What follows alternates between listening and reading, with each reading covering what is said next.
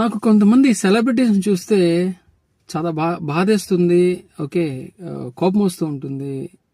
ఎందుకు అంటే వాళ్ళు కామన్ మ్యాన్ నుంచి సెలబ్రిటీ వరకు కష్టపడతారు, కాన్ఫిడెన్స్ క్రియేట్ చేసుకుంటారు.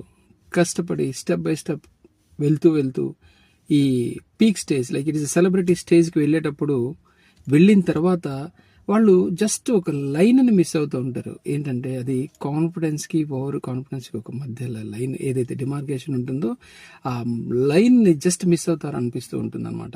ఎప్పుడైతే ఎవరైతే ఈ లైన్ని అర్థం చేసుకోకుండా మిస్ అవుతారో వాళ్ళు సెలబ్రిటీస్ అగైన్ కాంట్రవర్సీస్కి వెళ్ళిపోతూ ఉంటారు అనమాట.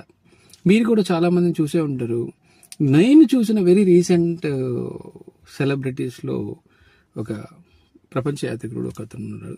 అతను మీ అందరికీ తెలుసు. అతను దేశాలు, ఖండాలు, ప్రపంచాలు, గుట్టలు పుట్టలు అన్నీ చూసి అన్ని ఫోటోలు తీసి మనకి పంపించి ఎన్నో మనల్ని ఎంటర్టైన్ చేస్తూ మనం చూపిస్తూ సెలబ్రిటీ అయిపోయి కోట్లు సంపాదించాడు. కానీ ఆ కాన్ఫిడెన్స్ ఏదైతే ఓవర్ కాన్ఫిడెన్స్ వెళ్ళిపోయిందో అతను నాకేంట్లే అని అనుకోవడం అతన్ని పతనానికి అంటే మీరు కాంట్రవర్సీస్కి ఆధారం అయిపోయి ఎదుటి వాళ్ళని ఎంత మాట అంత మాట మాట్లాడడం జరిగింది.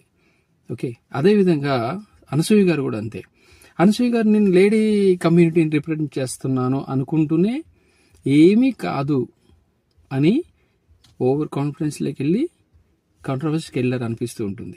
ఎవరైతే ఈ కాన్ఫిడెన్స్ ఓవర్ కాన్ఫిడెన్స్ లైన్ తెలుసో దే విల్ రిమైన్ సెలబ్రిటీ. అట్లని వీళ్ళందరూ కూడా అన్పాపులర్ అయిపోయారు, వాళ్ళు సెలబ్రిటీ హోదా పోయిందని నేను చెప్పట్లేదు. బట్ ఏంటంటే దే మే లాస్ట్ క్రెడిబిలిటీ అనేది డెఫినెట్గా జరుగుతుంది. బట్ మీకు కూడా ఇలాగా అనిపిస్తే కామెంట్ చేయండి. Okay, thank you very much.